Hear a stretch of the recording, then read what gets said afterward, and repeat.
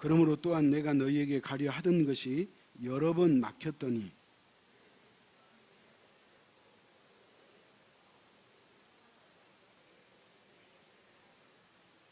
이는 지나가는 길에 너희를 보고 먼저 너희와 사귐으로 얼마간 기쁨을 가진 후에 너희가 그리로 보내주기를 바람이라. 이는 마게도냐와 아가야 사람들이 예루살렘 성도 중 가난한 자들을 위하여 기쁘게 얼마를 연보하였습니다.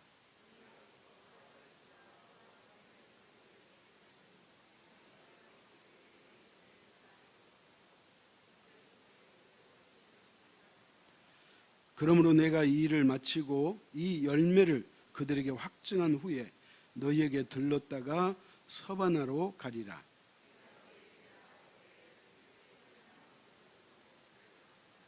아멘. 지금 우리 교회는 로마서를 1년 넘게 지금 공부하고 있어요. 그래서 로마서 1장 1절부터 이제 마지막까지 제가 강의해야 할 텐데 오늘이 쉬운 5번째더라고요. 그동안에 절기가 있고 또 다른 설교가 있었기 때문에 좀 건너뛴 경우도 있지만 횟수로 봤더니 오늘이 쉬운 5번째인데 오늘도 이 말씀을 통해서 하나님의 마음을 알아갈 수 있기를 축복합니다. 우리가 성경을 읽는 이유는 하나님의 마음을 알고 하나님의 뜻을 알기 위해서 읽는 거예요. 여러분 5월달에 어버이날을 우리가 지났지만 여러분 생각해 보세요. 어버이에게 맛있는 것, 좋은 것 사다만 드리고 전혀 마음을 알아줄 생각조차 없다면 어찌 그걸 효도라고 할 수 있겠어요? 차라리 뭔가 선물이 없어도 부모의 마음을 알아주고 공감해주고 들어준다면 그 자녀가 진짜 자녀고 효도하는 자녀라는 거예요. 우리가 예수를 믿기는 믿는데 도대체 하나님의 마음이 무엇인지, 하나님이 어디에 하나님의 눈길이 향하고 있는지, 그리고 하나님의 계획이 무엇인지 그것을 우리가 알아야지. 그래야지 우리가 하나님의 자녀로 또 오늘 이 시대의 그리스도인으로 우리가 살아가는 거예요. 그래서 우리가 성경을 읽는 거예요. 그래서 우리가 성경 공부를 하자고 하고 또 우리가 설교 말씀을 듣는 것이 바로 그런 연유예요. 교회를 10년, 20년 믿었어도 성경 공부가 없고 성경을 읽지 않으면 신앙은 여전히 초보 신앙으로 살고 있는 거예요. 여러분 생각해 보세요. 여러분 자녀 다 학교 보내잖아요. 학교 가면 뭐예요? 공부를 자녀하고 있지 않다면 그 자녀에게 실력은 없잖아요. 신앙도 마찬가지예요. 교회가 여러분한테 점수를 요구하고 실력을 요구하는 건 아니지만 그러나 신앙의 기본 소양을 우리가 갖고 있는 것이 무엇보다도 중요하다 그런 얘기예요. 성경을 읽어보면 하나님의 마음이 그냥 느껴져요. 그냥 드러나요. 하나님의 마음이 뭔지 아세요? 하나님의 마음은 어떻게 하든지 한 영혼이라도 살리려고 하는 것이 오매불망 하나님의 소원이에요. 그 한 영혼을 살리겠다고 하는 그 일념을 창세기 3장에서 인류의 조상 아담과 하와가 범죄한 이후부터 그 마음은 지금까지 변함이 없어요. 그래서 그 하나님의 마음이 있었기 때문에 저와 여러분이 구원받는 줄 믿으시기 바랍니다. 하나님이 그래 뭐 지 알아서 해야지. 그가 지옥 가든 천국 가든 나을 바 아니야 라고 하나님이 우리를 유기해 버린다면 그것처럼 저주받은 인생이 없어요. 예수 그리스도를 믿고 산다는 것이 그게 은혜고 축복인 것을 믿으시기 바랍니다.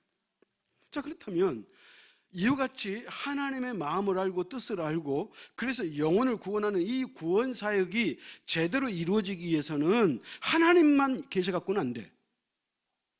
이 말의 의미는 뭐냐? 하나님은 이 영혼 구원을 위해서 반드시 사람을 들어 쓰신다는 거예요. 저는 하나님께서 여러분을 들어 쓰시기를 축복합니다. 이 땅에서 가장 행복한 사람이 어떤 사람이에요? 하나님 앞에 쓰임받는 사람이에요. 여러분에게 문제가 없고 여러분에게 먹고 사는 것에 전혀 하자가 없어도 여러분 하나님 앞에 쓰임받지 못한다면 그것처럼 불행한 일이 없어요.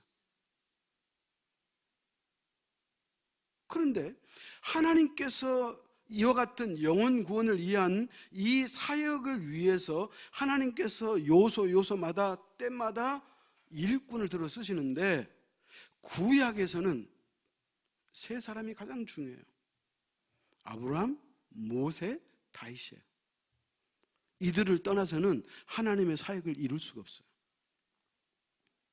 신약 성경은 12사도와 12제자 있죠. 예수님의 12제자와 사도 바울을 떠나서는 신약을 말할 수가 없어요. 자, 그런데 이 로마서라고 하는 이 책은 누가 썼어요? 사도 바울이 쓴 거예요. 그런데 이 로마서가 왜 중요하냐면, 그래서 학자들이 이렇게 말한다 그러잖아요. 성경을 반지에 비유하면, 성경을 이 반지에 비유하면 로마서는 이 반지 한 중앙에 있는 뭐다? 보석이다, 보석. 로마서는 성경에서 보석 중에 보석이다, 그렇게 말하는 거예요. 왜냐하면 로마서는 우리가 어떻게 구원받는가에 대해서 조직적이고 논리적으로 설명하고 있기 때문에 그래요. 자, 그런데 어느덧 로마서 15장을 지나고 온 거예요. 이제 16장만 있으면 끝이에요. 사랑하는 성도 여러분, 제가 로마서를 1년이 되든 2년이 되든 제가 강의하려고 애를 쓰고 수고했던 그 결정적인 이유는 뭐냐? 우리 제할교회 성도만큼은 구원의 확신이 있으라는 거예요. 예수를 믿어도 나에게 구원의 확신이 없으면 불안한 거예요, 불안해. 내가 지금 죽으면 천국 갈 수 있을까? 어떻게 보면 갈 수도 있을 것 같은데 어떻게 보면 못 갈 것 같기도 해요. 여러분, 이런 불안을 갖고 있으면서 신앙생활하는 사람이 많아요. 다시 말합니다. 로마서를 통해서 구원의 확신이 있으라 그랬어요. 근데 여전히 아직도 구원의 확신이 없다면 이제 비결이 하나 있어요. 유튜브에서 거창 제달교를 치면 제 로마서 설교가 순서대로 다 들어있어요. 아니, 신앙생활 하면서 구원의 확신, 이 문제만 해결하면 다 해결한 거예요. 그런데 여전히 아직도 이 구원의 확신에 대한 문제를 해결 못 해가지고 전전긍긍하고 때로는 불안해하고 때로는 예수가 믿는 것인지 안 믿는 것인지도 모르고 사는 그런 인생이 되면 안 되겠다, 그런 얘기예요. 오늘 사도 바울이 로마서를 기록하고 쓰면서 그의 공은 지대해요. 왜 그러냐면 사도 바울은 신약성경의 절반을 기록했어요. 생각해 보세요. 신약성경의 절반을 기록했어요. 이 말의 의미는 뭐냐? 하나님께서 여러 인물들이 있지만 그 가운데 특별히 사울에게 신약성 절반을 기록할 수 있는 권세를 주었다고 말해요. 기회를 줬다는 거예요. 그러니까 사도 바울은 대단한 사람이에요. 자, 그런데 사도 바울은 다메섹 도상에서 예수 그리스도를 만난 다음에 그는 한 번도 뒤를 돌아본 적이 없어. 사도 바울은 그가 예수 그리스도를 만난 이후에 한 번도 곁눈질 한 적이 없어요. 사랑하는 성도 여러분이요, 제가 분명히 말씀드리지만 예수님이 이 땅에 오신 이후에 주를 위해서 가장 헌신한 사람 한 사람을 꼽으라고 한다면 저는 당연히 사도 바울을 꼽아요. 왜 그러냐면 고린도후서 11장에 보면 자신의 그 지나온, 다시 말하면 예수 그리스도를 위해서 살아온 과거가 잠깐 기록되어 있는데 우리는요 사도 바울 곁에도 못 가. 왜 그러냐면 그는 이렇게 이야기해요. 나는 그리스도인의 일꾼이다.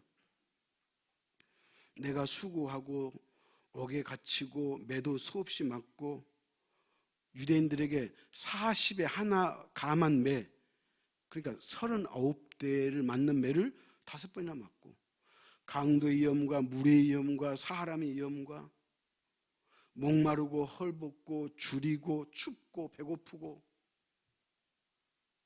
그는 일생이 고난이었어요. 그럼에도 불구하고 그 사도 바울은 여전히 주님을 위해서 내가 무엇을 할 것인가를 계획하고 있다는 거예요. 사랑하는 제일교회 성도 여러분요, 제가 여러분한테 이렇게 질문합니다. 여러분의 신앙은 어느 방향으로 가고 있습니까? 여러분의 신앙은 지금 현재 어디에 멈춰 있습니까? 여러분은 주님을 위한 계획이 아주 사소하고 조그만 거 하나라도 있습니까? 이렇게 고생했으면 됐잖아요. 예수를 위해서 죽을 고비 넘기고 배고프고 헐벗고 춥고 죽을 위험, 바다에 빠지는 위험, 강도의 위험, 돌에 맞아가지고 도망 다녔던 그런 일화들, 아니 이 정도 했으면 됐지. 그런데 사도 바울은 그렇지 않다는 거예요. 오늘 본문은 사도 바울의 마지막 계획이에요. 자기가 이것만큼 하고 죽고 싶은 거예요. 이것을 우리는 다른 말로 뭐라 그러죠? 시세말로 버킷리스트라고 그러잖아요. 죽기 전에 반드시 하고 떠나고 싶은 그 일들을 사도 바울은 가지고 있었다 이 말이에요. 그게 뭐냐? 세 가지예요. 첫 번째는 뭐냐? 예루살렘 교회에 구제 헌금을 전달하는 거였어요. 구제 헌금 전달하기, 이게 첫 번째 버킷리스트예요. 사도 바울 계획이었어요. 자, 무슨 말이냐면 예루살렘 교회가 모든 교회 모교회잖아요. 사도행전에서 성령이 임해가지고 마가의 다락방에 성령이 임해서 교회가 탄생했죠. 그 교회가 바로 예루살렘 교회예요. 근데 그 예루살렘 교회 안에 성도들이 너무너무 가난한 성도가 많았어요. 그래서 궁핍했어요. 그 왜 그러냐? 그 사람들이 못 배워서 가난했느냐? 무엇 때문에 그들이 가난했을까? 역사적으로 찾아봤더니요, 두 가지 사실이 있었어요. 그 뭐냐? 예수 믿는 것 자체가 어려운 일이기 때문에 그랬어요. 자, 이 말의 의미는 이런 거예요. 자, 예수님 당시 이스라엘의 모든 사람들이 믿는 신앙이 무슨 교회예요? 유대교예요, 유대교. 그러니까 이스라엘 전체 모든 사람이 다 유대교예요. 그런데 예수 그리스도가 이 땅에 오셔가지고 십자가 지시고 부활승천했잖아요. 그리고 마가의 다락방에 성령이 임해가지고 교회가 탄생했잖아요. 그래서 기독교가 탄생한 거예요. 그래서 사람들이 유대교에서 기독교로 개종한 거예요. 그럼 생각해 보세요. 전에 같이 믿었던 유대교 사람들이 좋은 눈으로 보겠어요? 그 눈빛 무서웠어요. 쉽게 말하면 종교가 다르기 때문에 살아갈 방도가 없었다는 거예요. 제가 이집트의 성지 순례를 한 번 가고, 그 다음에 수도원 탐방을 한 번 가고, 두 번 갔어요. 두 번 갔는데 이집트 수도 카이로에 유명한 마을이 하나 있는데 그 마을 이름이 일명 쓰레기 마을이에요. 여러분이 유튜브에서 쓰레기 마을 찾으면 나올 거예요. 왜 그 마을이 쓰레기 마을이냐? 그 마을에 사는 전체는 기독교인이에요. 곱티교라고 하는 기독교인이에요. 근데 여러분, 이집트는 무슨 나라예요? 무슬림이에요. 이슬람 종교가 국교예요. 그렇기 때문에 이집트에서 교회 다니는 기독교를 믿는 사람으로서 사회에 진출할 길이 있다 없다? 없어. 공장도 못 들어가지, 뭐 공무원이나 학교 교사나 의사나 변호사는 택도 없어요. 살 길이 없어요. 그러니까 이 사람들이 카이로 시내를 다니면서 고음을 주워가지고, 그래서 그 고음을 구분해서 그 팔아서 생계를 유지하는 사람들이 쓰레기 마을 사람들이에요. 그러니까 그 사람들은 예수 그리스도를 위해서 다 포기한 거예요. 신앙을 지키기 위해서 살 방식이 없으니까 그래서 쓰레기 주워다가 구분해가지고 곰을 팔았다니까요. 근데 제가 거기를 꼭 방문하고 싶었어. 그 마을에 갔더니 교회가 여러 개 있는데 대표적인 교회가 못닭곰이라고 하는 동굴교회예요.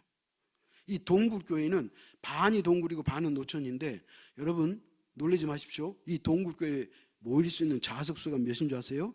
7천이에요. 7천.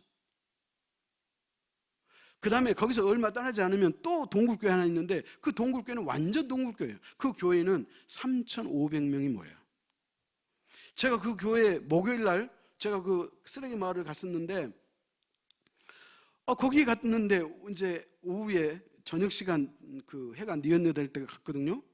근데 저녁 시간에 갔는데 이 사람들이 막 옷을 빼입고 깨끗한 옷을 입고 막 여기저기서 골목에서 나오는 거예요. 그래서 그 사람들한테 물어봤더니 오늘 저녁에 예배가 있대. 그날이 목요일이었는데, 그러니까 우리 식으로 말하면 목요 기도회가 있는 날이야. 그래서 우리 일행이 거기에 참석했잖아요. 그 예배 집회. 성령이 얼마나 충만한지 사람들이 쓰러지고 난리가 아니에요. 그러니까 그런 거예요. 그러니까 예루살렘 교회가 그래서 가난한 거예요. 예수 믿는다고 하는 그것 때문에 살아갈 방도가 없는 거예요. 그러니까 어렵잖아요. 그래서 사도 바울이 이 이야기를 전해 듣고 자기가 개척했던 교회들에게 헌금을 부탁한 거예요. 우리의 모교회 예루살렘 교회를 좀 도와야 되지 않겠느냐. 그렇게 해서 구제 헌금을 거뒀고, 그러나 그 구제 헌금이 어떻게 거뒀느냐, 성경에 봤더니 기쁨으로 거뒀다, 그렇게 이야기해요. 찾아갑시다. 26절 27절 교독합시다. 이는 마게도냐와 아가야 사람들이 예루살렘 성도 중 가난한 자들 위하여 기쁘게 얼마를 연보하였습니다.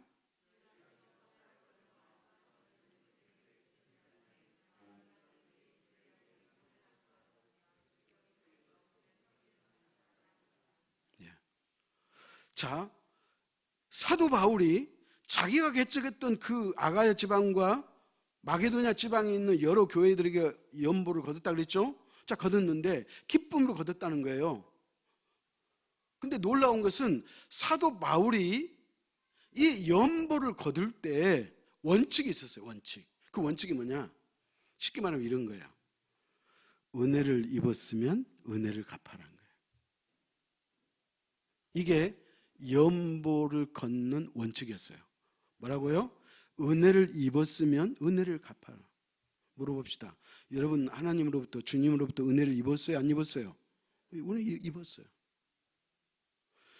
우리가 방금 전에 읽었던 이 말씀에 보면 27절, 저희가 기뻐서 하였거니와 또한 저희는 그들에게 뭐다? 빚진 자니 그랬어요. 여기서 말하는 그들이 누구냐면 예루살렘 교회예요. 그러니까 이 아가야 지방과 마게도냐 지방에 있는 성도들이 예수 믿고 구원 받았잖아요. 그들이 예수를 믿으며 제사함 받았고, 예수를 믿음으로 구원을 받았고, 예수를 믿음으로 영생을 얻었잖아요. 그러니까 은혜를 받았으니까 우리가 예루살렘 우리 모교회를 돕자. 그래서 그들이 헌금을 기쁨으로 했다는 거예요. 자, 그런데 놀라운 사실은 27절 그 뒤에 끄트머리에 있어요. 영적인 것을 나누어 가졌으면 육적인 것으로 그들을 섬기는 것이 마땅하니라 그랬죠. 예루살렘 교회로부터 복음을 전해 듣고 구원받고 하나님의 백성이 된 이 축복을 누렸으면 영적으로 은혜를 받은 사람은 육적으로 갚아라는 거예요. 그 은혜를. 그렇게 나왔잖아요. 영적인 것을 나누어 가졌으면 육적인 것으로 그들을 섬기는 것이 마땅하니라 그런 거예요. 그러므로 사랑하는 성도 여러분, 오늘 우리가 옛날에 초대교회 시대에 마게도냐 지방의 교회와 아가야 지방의 교회가 예루살렘 교회가 어려우니까 그들이 도왔다더라, 이것을 배우려고 우리가 오늘 이 설교를 한 게 아니에요. 저와 여러분도 영적인 것을 받았으면 육적인 것으로 섬기는 것이 마땅함을 믿으시기 바랍니다. 그러므로 저와 여러분도 나눔의 삶을 살아야 한다, 그것을 말씀하는 거예요. 그 다음에 두 번째, 사도 바울의 버킷리스트 두 번째는 뭐냐? 로마 교회 방문하기예요. 로마 교회를 방문하는 거예요. 여러분, 로마는 그 시대에 지구상에서 가장 정중앙에 있는 나라예요. 제국이에요. 옛날에 이런 말 있죠. 모든 길은 어디로 통한다? 로마로 통한다. 그러니까 사도 바울은 그 로마에 가서 복음을 전하는 것이 자신의 꿈이에요. 그래서 그 꿈을 안고 그 어려움과 힘듦을 견뎌내고 참고 하나님이 자신에게 기회만 주면 내가 로마로 가겠다고 소원을 가졌는데 로마 교회 가는 게 쉬운 일이 아니에요. 어려웠어요. 근데 놀라운 것은 자기가 로마 교회 가기도 전에 이미 로마에 뭐가 생겼다? 교회가 생겼다는 거예요. 그래서 내가 이 다음에 로마 교회를 갈 것인데 그래서 그 로마 교회 성도들하고 글로라도 사귐을 가지려고, 그래서 이 다음에 내가 로마 교회를 방문하면 나를 알아봐 달라고, 나를 좀 케어해 달라고, 그리고 나의 소원을 하나 더 들어달라고 부탁하고 싶어서 로마서를 썼는데 이 편지가 보석 중에 보석이었다고 말해요. 찾아갑시다. 로마서 1장 13절, 그 다음에 로마서 1장 15절이에요. 자, 여러분이 로마서 1장 13절을 읽으시고 제가 로마서 1장 15절 읽겠습니다. 시작.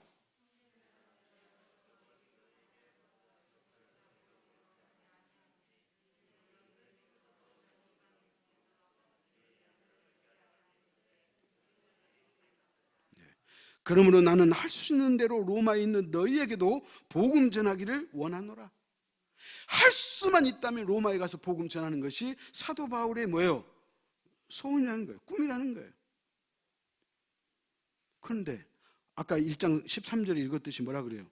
형제들아, 내가 여러 번 너희에게, 너희는 어디에? 로마 교회에 가고자 한 것을 너희가 모르길 원치 않으니 왜 못 갔느냐? 지금까지 길이 막혔도다 그러잖아요. 근데 보십시오. 사도 바울이 로마에 가요, 안 가요? 로마에 가요. 가는데 어떻게 가는 줄 아시죠? 제 발로 걸어서 가는 게 아니에요. 이러쿵저러쿵 어찌어찌 하다 보니까 죄수의 몸으로 로마 군인의 호의를 받고 로마로 가는 거예요. 여러분, 사도 바울은 로마로 가고 싶었지만 길이 막혔다 그랬죠. 근데 그 길을 누가 열어주었어요? 하나님이 열어주신 거예요. 하나님이. 성령 하나님이 열어주신 거예요. 근데 놀라운 걸 보십시오. 사도 바울은 예수 믿기 전에 그의 이름이 뭐예요? 사울이었어요. 그죠? 예수 믿고 나서 자기가 거듭난 그리스도인이 되고 나서 이름을 바울로 바꿨거든. 근데 이 사울은 유대교에서 가장 최고의 사람이에요. 그는 가말리엘 문화에서 배웠죠. 유대교를 지키는데 최선봉했었던 사람이 이 사울이에요. 근데 이 사울이 유대교에서 기독교로 개종해버리잖아요. 왜 그래요? 다메섹 도상에서 예수를 만났거든. 부활하신 예수를 만나고 그가 꼬꾸라졌어요. 그리고 나서 그가 완전히 주님의 제자로 그가 인생이 바뀌어버려요. 자, 그러면 유대교 입장에서 생각해 보라는 거예요. 여러분, 유대교 입장에서 생각해 볼 때 저놈이 기독교로 개종을 하더니 저렇게 헌신한다는 소문을 알까요, 모를까요? 다 알아요. 그러니까 유대교 입장에서는 어떻게 하든지 저 사울을 찾기만 하면 우리가 어떻게든지 감옥에 넣든지 죽이든지 해버리자. 그러니까 사도 바울은 항상 유대교로부터 신변의 이입을 느끼고 있었다는 거예요. 무슨 말인지 알겠죠? 그런데 죄인이 아닌 죄수가 돼가지고 억울한 재판을 통해서 죄도 짓지 않았는데 죄인이 돼가지고 로마로 가는데 그냥 그것도 로마의 군대의 호송을 받고 간 거예요. 그러니까 신변의 위협이 있다 없다? 없다는 거예요. 이게 하나님의 방법이에요. 만약에 혼자 갔으면 유대교 자객을 만나가지고 뭐 죽든지 어찌든지 뭔 일이 있을 텐데 그런 일이 전혀 없잖아요. 여러분, 놀라운 걸 보십시오. 그 다음에 여러분, 로마로 가는 것이 쉽지 않잖아요. 비용이 많이 들어요. 교통비가 많이 들어요. 근데 그냥 값도 없이 공짜로 로마까지 딱 데려다 줘요.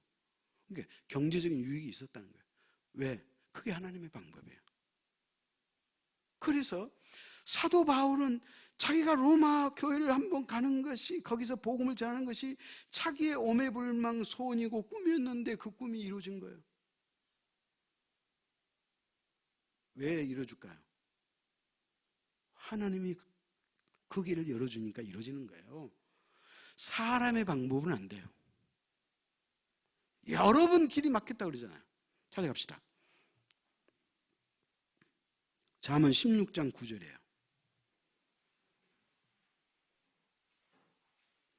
잠언 16장 9절.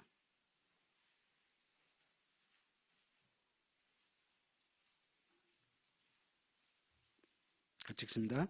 사람이 마음으로 자기의 길을 계획할지라도 그의 걸음을 인도하시는 이는 여호와시니라.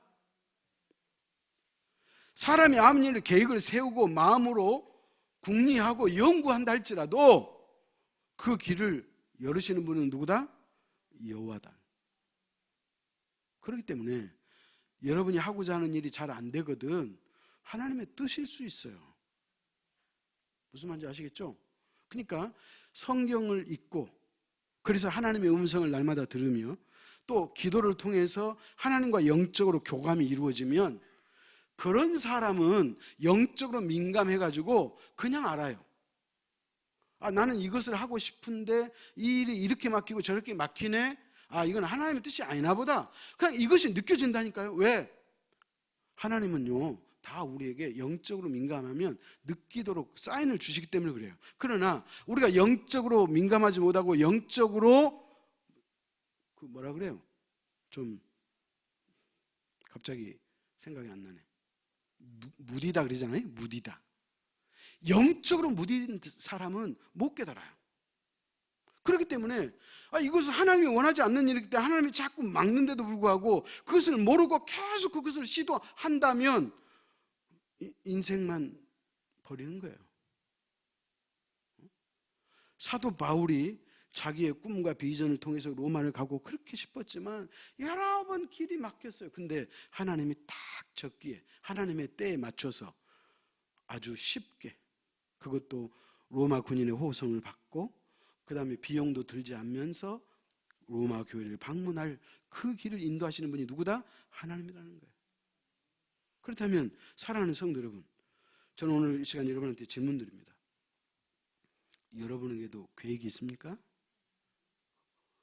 우리나라 유명한 기생충이라는 영화가 우리에게 던져준 대사가 하나 있죠. 야, 너는 다 계획이 있었구나. 여러분, 계획이 있어야 돼요. 신앙의 계획이에요. 하나님이 기뻐 받으실 만한 그 계획이에요. 사도 바울은 그 계획을 갖고 있는 거예요. 그래서 우리 자유교회 성도 여러분에게도 계획이 있기를 축복합니다. 그 다음 마지막 세 번째, 사도 바울의 버킷리스트 세 번째는 뭐냐? 서바나의 선교사로 가기예요. 23절 24절 교독합시다.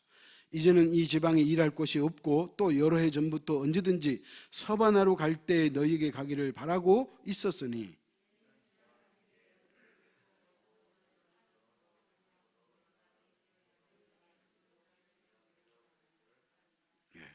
자, 봐요. 바울의 최종 목회의 꿈은 뭐냐? 로마 교회의 후원을 받아가지고 서바나로 가는 거예요. 자, 24절 하반절 그러죠?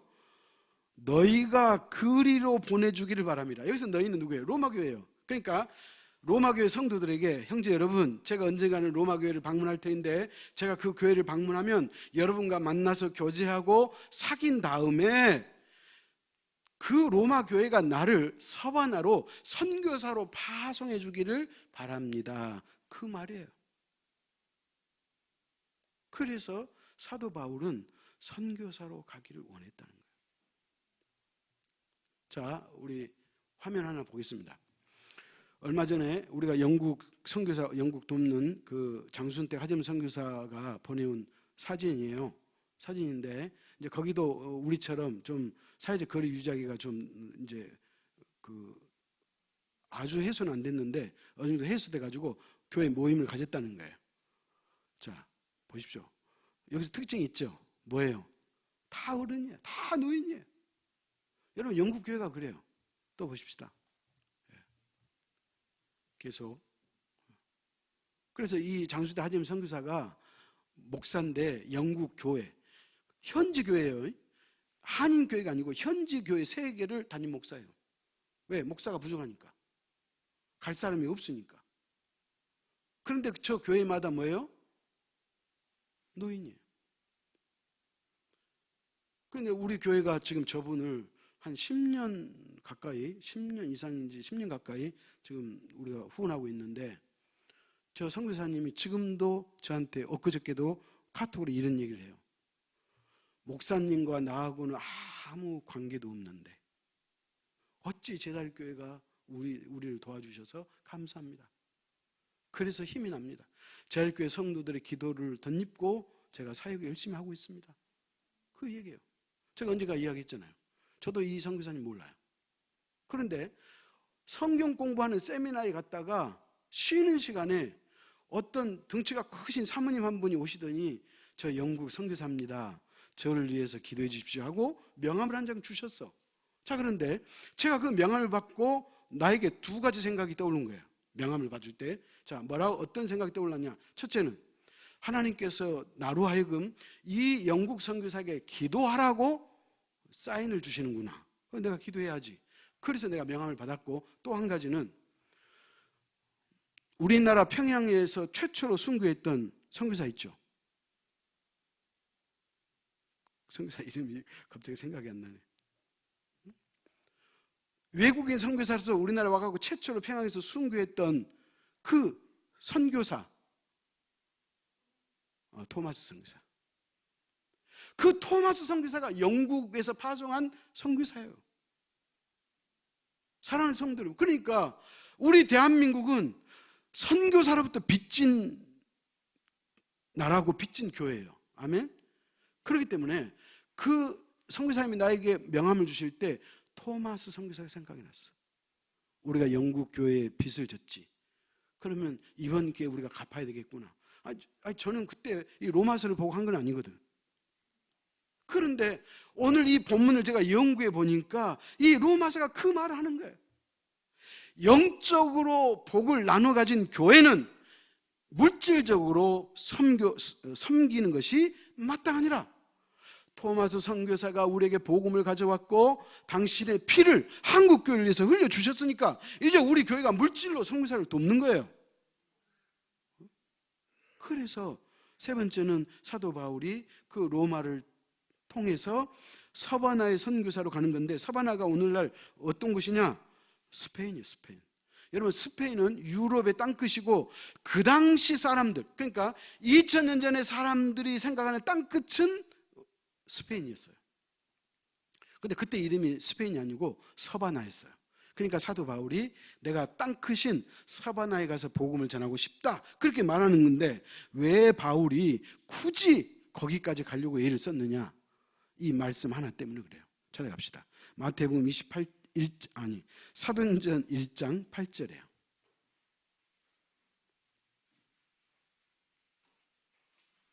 사도행전 1장 8절 우리 같이 읽습니다.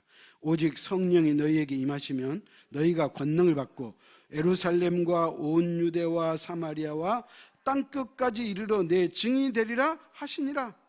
그러니까 하나님께서 땅끝까지 이르러 내 증인 되라고 하시니까 사도 바울이 땅끝인 서바나에 가서 복음을 전하려고 했다, 이 말이에요. 그러면 오늘 이 시대의 땅끝이 어딘 줄 아시죠? 미전도 종족이에요. 우리 교회는 개척할 때부터 미전도 종족에게 선교사를 파수하는 교회가 우리 교회 비전이에요.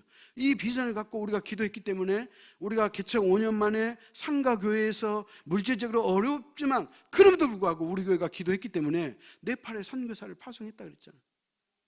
그리고 그동안에 주보에 나오지 않는, 왜냐하면 선교하다가 이제 끊긴 곳도 있어가지고 그 외에도 수많은 교회, 인도에도 또 파키스탄에도 또 이집트에도 우리가 선교했어요.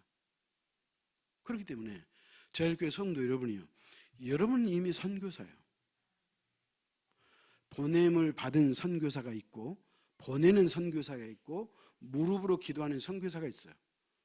우리 자유교회 모든 성도는 한 분도 빠짐없이 셋 중에 하나는 선교사 되기를 축복합니다.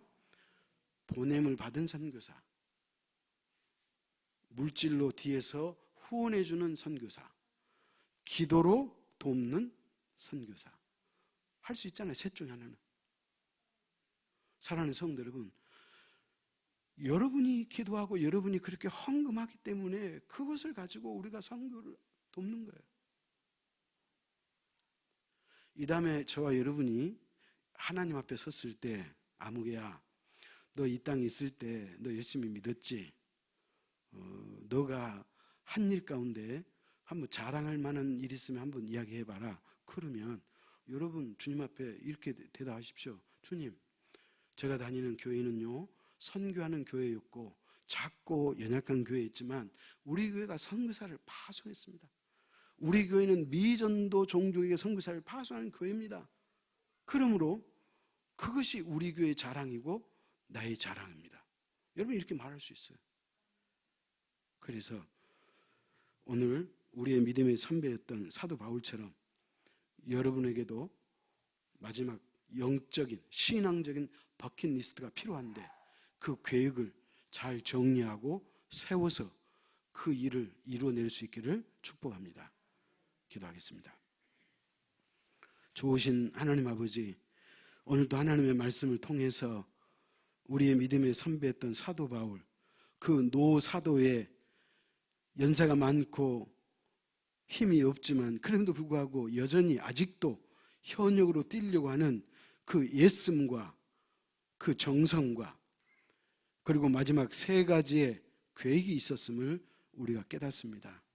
아버지 하나님, 우리는 아직 사도 바울보다 나이가 어리고 사도 바울만큼 열심히 산 것도 아닌데 우리에게 계획이 없다면 우리의 인생이 어떻게 되겠습니까?